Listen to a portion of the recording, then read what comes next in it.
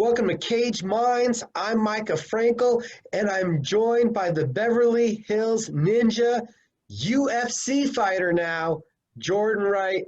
Sir, how's it going? I'm great, Micah. How you doing? Trying to survive, man. Hanging in there. How about you? Same old thing, just training, hanging out, trying to survive as well. All right, so give me the story. Tell me what happens. Last time I talked to you was backstage, the victory, LFA at the beginning of the year, and you're going home. So at that point, what was your plan and your team's expectation for your 2020? Uh, I think, we just sort of wanted to keep training, get back to the gym as quickly as possible, and keep on competing, keep on fighting. My goal was to ultimately be in the UFC. So we accepted a fight for the Contender Series, which was, awesome. And at that point was around the time that coronavirus started happening, and we didn't really know what was going on, but we kept training, we kept staying ready. They kept they changed my opponent. They kept postponing the fight, postponing the fight, postponing the fight. And then eventually they just called me and said, hey, they called my manager and said, hey, we want him to make his debut if he can this weekend. And it was Monday, so I had 5 days notice at a higher weight class, and I wanted to do it. I know that I taught you before, and you said the opponent doesn't matter. You're out there as a martial artist testing your skills. But what was the first thoughts about hearing you were going to compete against Ike Villanueva, somebody who in his first UFC fight was at heavyweight? So I've definitely I did another interview where I was asked a similar question about like there is no opponent. And while in my heart that is true, in a separate kind of ideal, there is someone who I'm fighting, of course, and it is okay to, be prepared and watch tape and all that stuff. I've definitely matured since then. But with Ike, he's a big, scary dude. I think he was like the Fury FC champion. He had knocked out Roger Narvaez, who I had trained with in the past. And, he was at light heavyweight when that happened. And he had also knocked out, the name's not coming to me, so I don't want to disrespect anybody, but another UFC veteran. And he was a tough dude. I think he had like 13 knockouts on his resume. But I'm a finisher as well, so I watched a lot of his fights. I came in prepared. I had a feeling of what he was going to do. Sensei Hardonk and I, developed a strategy to approach this fight on such short notice, and I was happy that it all worked out. 5 days notice. How frantic is that then, putting together the camp and doing everything you just mentioned in 5 days? So I was already in pretty good shape because we were training for the Contender Series. And like I said, originally it was going to be in June. Then they pushed it to August because of COVID. And then they pushed it again to October. So I was, in good shape already. I was in camp for so many months at that point. And we it just got to a point where I was like, oh man, okay, like I'll fight in October. It just gives me more time to prepare. And then after, because this was just after they had postponed it. So like 2 weeks later, they're like, oh, hey, by the way, this weekend, you good? And I'm like, okay, yeah, I'm good. As a pro, I hadn't taken a fight on like that short notice before, especially going up a weight class.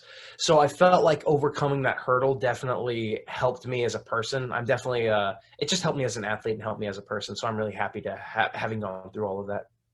Now, talk to me about the fight. How do you fade back and land the first spinning heel kick off the top of his head that you throw?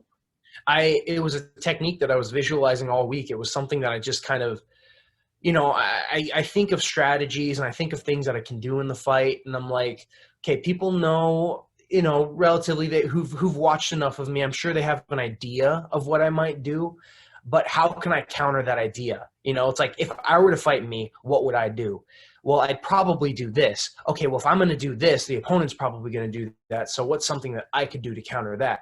Well, I just through visualization and working on it all fight week, just that spinning wheel kick was just something that I had a lot of confidence in thinking about. And, when it landed, it was just kind of like, I knew it, So, yeah, it was pretty cool. Okay, you can play it cool, but inside, is there any little part of you that I did it? I visualized it and I Oh, did yeah, it. absolutely. Because I'm a believer in visualization and all that stuff. And you want to kind of have cool, like, of course it is like a little celebration, but at the same time, it is like, I'm still in here. He still has a chance to fight back.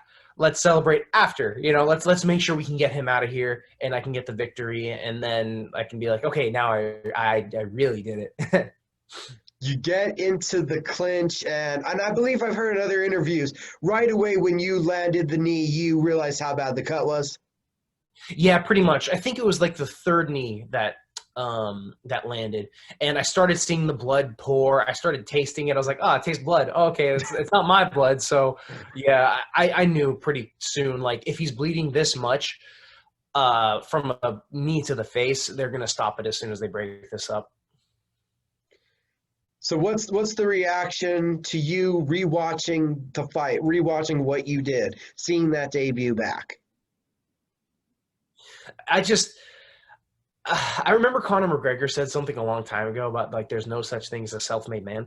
And for me, it's just like, when I look at how I perform now, I'm like, man, like, all the time and effort that my coaches have put into me, all the hard work I've done, my belief in God, my support system, my mother being there for me. It's just, when I watch it, I'm like, I'm just so happy that I have a great tight-knit group of people around me that can really help me get the best out of my performance like that, out of it. Looking at the positives for you, that was a great debut in the UFC. Thank you.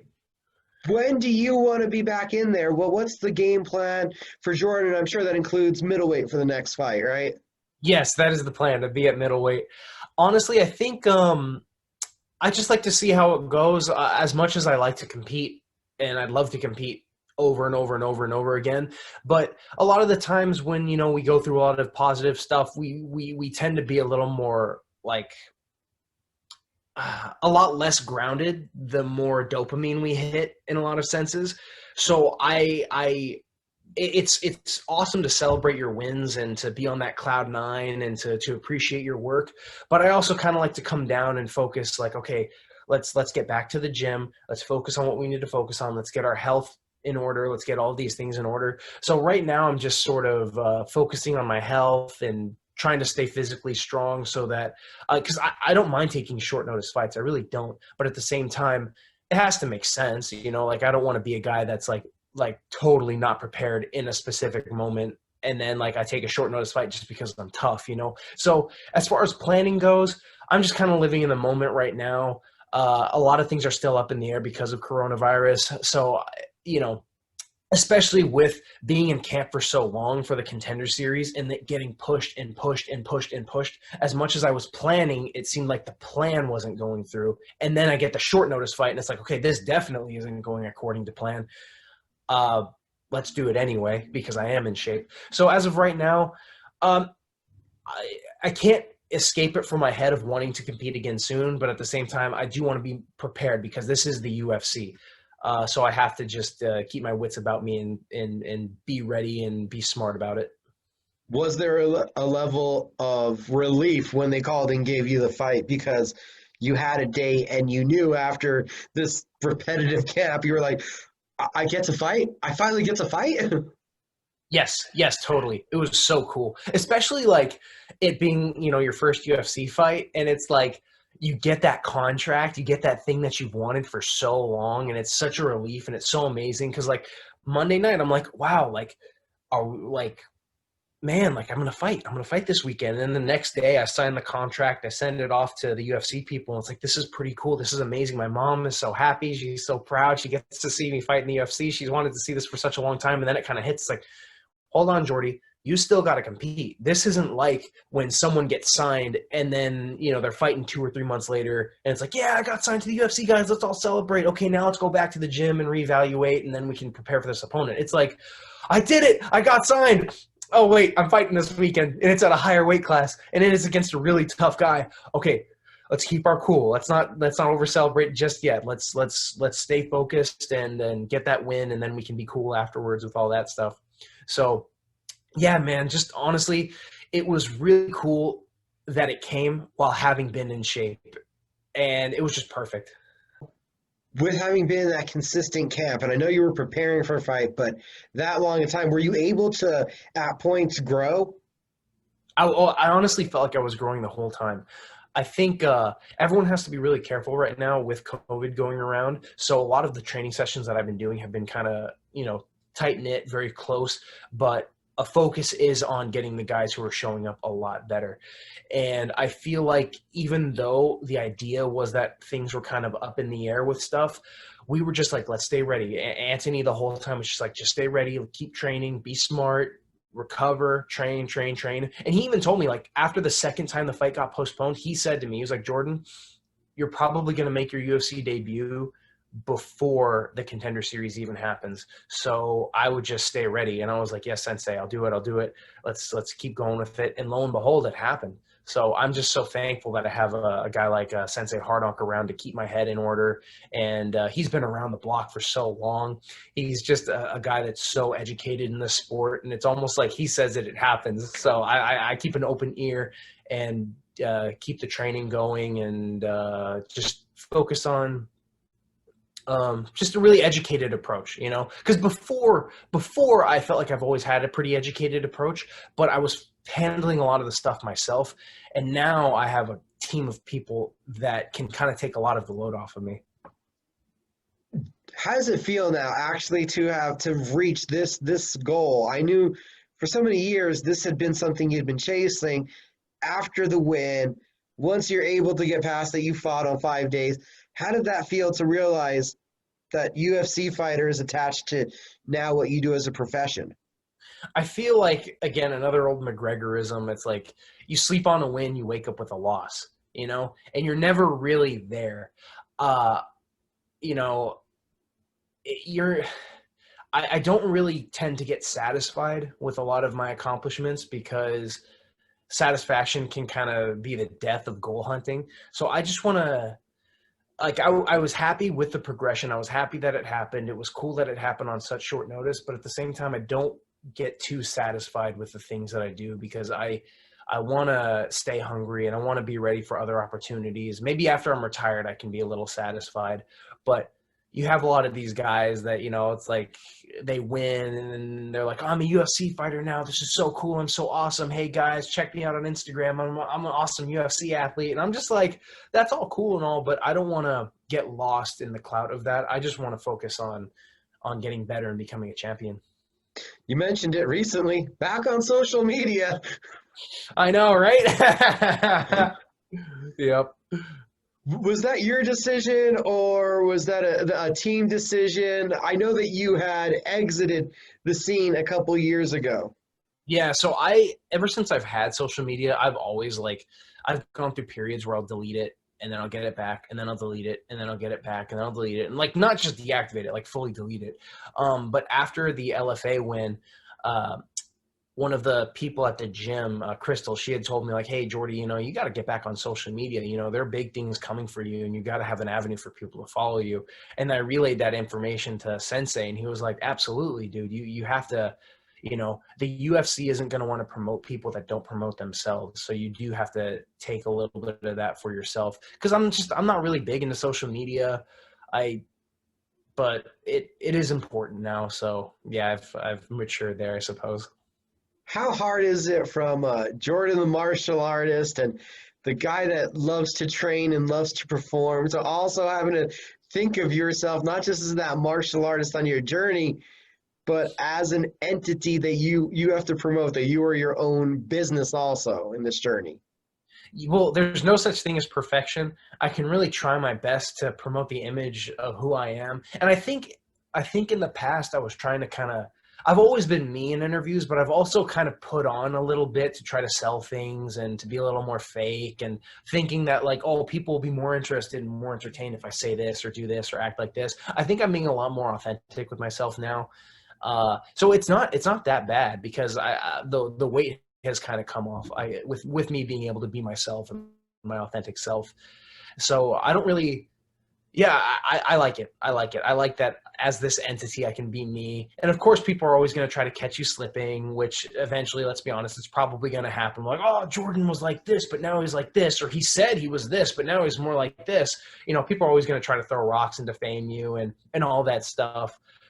But that's just a part of it. If you have a lot of controversy about you in a lot of ways, it just means you're popular and things are going well for you. Depending on what the controversy is, of course, but for the most part, it seems like I want to be a good person and a positive role model and inspire people. But at the same time, like I have to be myself, and I really don't care about, influencing others in that way. Like I believe as a person, we all have a sort of duty to promote a positive image and try to make the world a better place. But at the same time, you can't really put the weight of the world on your shoulders. So I just want to, I want to focus on myself, and if there's any good that I can do for me that sort of bleeds into the world or, finds its way into the ether and helps make other people happier, that's cool. But my goal is to, change myself more than it is to try to change the world, Looking at where the middleweight division is now for yourself, don't want to get too far ahead of ourselves, but Yeah. just a number. How many fights do you think it would take before, if you win them all, to be in that like top 10, top 5 kind of mix? I don't know, because like you have guys that'll go on a streak, and depending on where the division is at and who they fight, they can get it relatively quick. It looks like 4 to 5 seems to be the average number before a lot of people get title shots these days. Then you have some guys that go on like 6, 7, 8 fight win streaks and don't really get it. I don't really know. I could see myself getting, I'm 1-0 in the UFC right now, getting like 3 more wins and then definitely being in the title picture. And after that, maybe they'll give me a title shot, or winning 1 more after that, they'll probably give me a title shot. But at the end of the day, I have the aspiration of winning the belt, but I am focused on the here and now. Where is your focus walking away from that fight, walking away from the long camp after your break? What's the focus in growing there for Jordan? I guess the focus is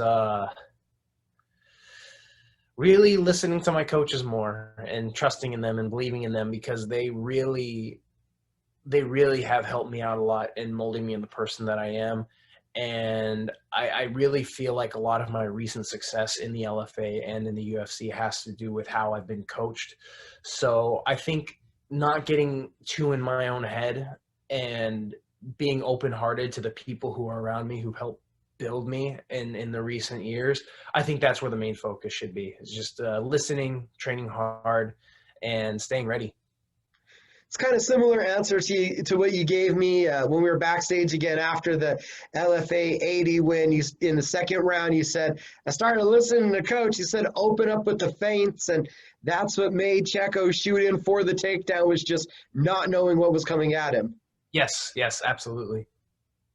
So it's still been it's always a process, but trusting. How hard is that for you when you're in there and you have your own ideas? So I think my coaches really appreciate that I have been doing martial arts for so long. Like I was 4 when I started gymnastics. I was 9 when I started karate. So I've been doing martial arts for almost 20 years now. I've been competing for a very long time. And I think they appreciate the background that I have. And they also appreciate my individuality, and that I do have things that I personally like to do. But they're also very intrigued with, I guess, my ability to listen and to follow direction. And of course, I don't, I slip up sometimes where, just old habits start kicking in and stuff like that. But it is, I believe in my coaches and they believe in me. So it's a really cool mix that we have going on. You told me that Dragon Ball Z was a big influence of yours getting into martial arts, getting into MMA. Got any other animes right now you could recommend to everybody you've been watching? It's so awesome. Like Dragon Ball Z did to me as a kid just amazing things. But there's this other anime out. I think I had said it last time I'd spoken. It's called Demon Slayer, and it does to me as an adult what Dragon Ball Z did to me as a kid. It's just like, it's one of those shows where it's just so awesome and so cool. It makes you want to wake up and train and be a better person. The story's amazing. For the last decade, Full Metal Alchemist Brotherhood was my all-time favorite anime, and not just my favorite anime, like my favorite work of fiction of all time. And then I watched the Demon Slayer anime, came out, I think, January 2019. And of course, it's only one season right now. So I finished the manga after that. And after reading the manga, it's past Brotherhood in my mind. So yeah, Demon Slayer all the way. I can't recommend it enough. See, my nephew would agree with you. He read the manga. He got so into it. My And me man. and my wife did finish watching the Cartoon Network version. I thought, oh, what a cute little demon. And it's so sweet how he protects his sister. Yes, absolutely.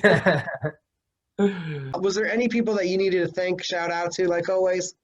Like always, I got to thank God, my mom, Sensei Anthony, Professor Fabio, Coach Vlad, my strength coach, Raymond Diaz, just everyone close to me. I want to thank you for the opportunity. And yeah, that's it.